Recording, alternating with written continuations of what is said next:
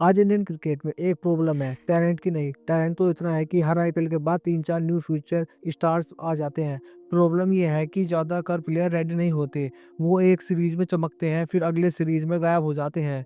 और इसी क्राउड के बीच एक नाम है जो थोड़ा अलग लगता है, तिलक वर्मा। अगर आप लास्ट 15-20 साल के इंडियन क्रिकेट को देखते हैं तो एक पैटर्न बार-बार रिपीट होता है। अंडर 19 वर्ल्ड कप जीतो, आईपीएल में नाम बनाओ, इंडिया के लिए डेब्यू करो और फिर एक सवाल आ जाता है, आगे क्या? क्योंकि इंटरनेशनल क्रिकेट सिर्फ स्किल का गेम नहीं होता, ये प्रिपरेशन का गेम होता है। बहुत सारे प्लेयर के पास शॉट्स होते हैं लेकिन उनके पास आंसर नहीं होता। आंसर जैसे कोलैप्स के बाद कैसे खेलना है, फॉरेन कंडीशन में कैसे एडजस्ट करना है और जब रन नहीं आ रहे होते हैं तो कैसे सर्वाइव करना होता है। और यहीं से तिलक वर्मा इंटरेस्टिंग हो जाते हैं। तिलक वर्मा का जन्म 8 नवंबर 2022 हैदराबाद में हुआ। वो किसी क्रिकेट बैकग्राउंड से नहीं थे, मिडिल क्लास फैमिली से थे। फादर इलेक्ट्रिशियन थे, मतलब ये नहीं कि क्रिकेट इजीली अफोर्ड हो जाता था। इस स्टेज पर बहुत सारे टैलेंटेड बच्चे ड्रॉप हो जाते हैं, क्योंकि जब रिसोर्सेज लिमिटेड होते हैं तो गलती करने की जगह भी बहुत लिमिटेड होती है।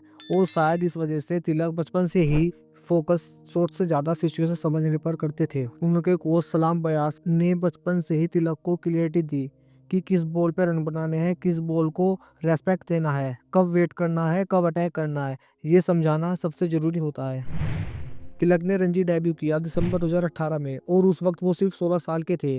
रणजी क्रिकेट में ना कोई स्पॉटलाइट होती है, ना फुल स्टेडियम होता है, लेकिन प्रेशर आईपीएल से ज़्यादा होता है क्योंकि सिलेक्शन वहीं से डिसाइड होता है।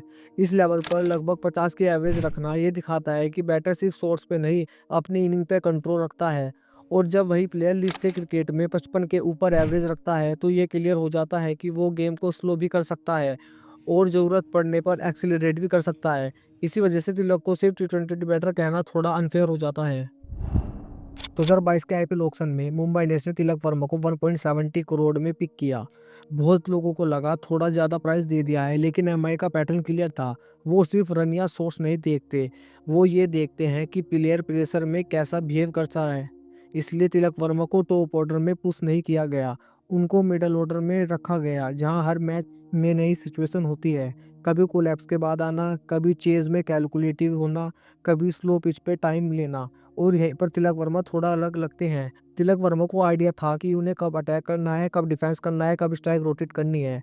और उस आईपीएल सीजन में तिलक वर्मा ने 397 रन बनाए और पहला सीजन देखते हुए ये उनकी बहुत अच्छी शुरुआत थी। तिलक वर्मा ने अपना डेब्यू अगस्त 2023 वेस्टइंडीज के खिलाफ करा और सितंबर 2023 में उन्होंने बांग्लादेश के खिलाफ अपना ओडीआई डेब्यू भी करा। उनसे एक्सपेक्टेशन हाई थी, लेकिन उनको फिक्स रोल नहीं मिला। कभी बेंच पे, कभी बैटिंग ऑर्डर चेंज, कभी क्लैरिटी मिसिंग। और यहीं पर बहुत सारे यंग प्लेयर्स गलती कर देते हैं, वो हर बॉल पे कुछ एक्स्ट्रा करना चाहते हैं। तिलक ने वो नहीं किया। डोमेस्टिक क्रिकेट में उन्होंने पहले ही सीख लिया था कि इंटरनेशनल क्रिकेट लेवल पर सिर्फ वेट करना भी एक स्किल होती है। 2024 का साउथ अफ्रीका टूर तिलक के लिए काफ़ी इंपॉर्टेंट रहा। साउथ अफ्रीका पिचेस पे इंडियन बैटर्स का स्ट्रगल कोई नई बात नहीं है। बाउंस होता है, पेस होता है और शॉर्ट बॉल का प्रेशर कंसिस्टेंट होता है। सेंचुरियन और जोहानिसबर्ग में बैक टू बैक टी20 सेंचुरी एक रेयर अचीवमेंट था। इंपॉर्टेंट ये भी था कि वो किस तरीके से खेल रहे थे। नोरके और यानसन जैसे बॉलरों के खिलाफ तिलक ने अपना बैलेंस लूज नहीं किया। तिलक वर्मा काफ़ी जल्दी लैंड को जज कर रहे थे। ये इनिंग दिखा रही थी कि वो किसी भी कंडीशन में खेल सकते हैं। एशिया कप 2025 के फाइनल में पाकिस्तान के अगेंस्ट जब टॉप ऑर्डर कोलैप्स हो गया था तो मैच इजीली हाथों से निकलता हुआ दिख रहा था। ऐसे मोमेंट में काफ़ी यंग प्लेयर सर में आ जाते हैं, लेकिन तिलक नहीं आए। उन्होंने सिंगल लिए, पार्टनरशिप बनाई और स्कोर कार्ड को स्टेबल रखा और वो एंड तक नाबाद रहे। टीम मैनेजमेंट के लिए ऐसी इनिंग का वेटेज बहुत ज़्यादा होता है। ऐसी टाइप की परफॉर्मेंस से प्लेयर बैकअप से रिलायबल ऑप्शन बन जाता है। अब नेचुरली टेस्ट क्रिकेट का सवाल आता है। रणजी ट्रॉफी में उन्होंने नंबर स्ट्रॉन्ग रखे हैं, उनकी टेक्निक भी स्टेबल लगती है। स्पिन का अगेंस्ट पेसेंस, पेस के अगेंस्ट बैलेंस, ये चीज़ें ऑलरेडी उनके गेम में दिखती है। गौतम गंभीर के सेटअप में जहाँ अडेप्टेबिलिटी इंपॉर्टेंट है, तिलक नंबर 5 या 6 जैसे रोल कर सकते हैं और वो एक बॉलिंग ऑप्शन भी दे सकते हैं। तिलक वर्मा का करियर ये दिखाता है कि इंटरनेशनल क्रिकेट सिर्फ टैलेंट का गेम नहीं है। प्रिपरेशन, पेशेंस और सिचुएशन को समझने की एबिलिटी उतनी ही इंपॉर्टेंट होती है। अब सवाल ये है, क्या तिलक वर्मा लॉन्ग टर्म और फॉर्मेट प्लेयर बन सकते हैं या उनका रोल स्पेसिफिक फॉर्मेट तक ही रखा जाएगा? कमेंट में अपनी राय जरूर बताएं।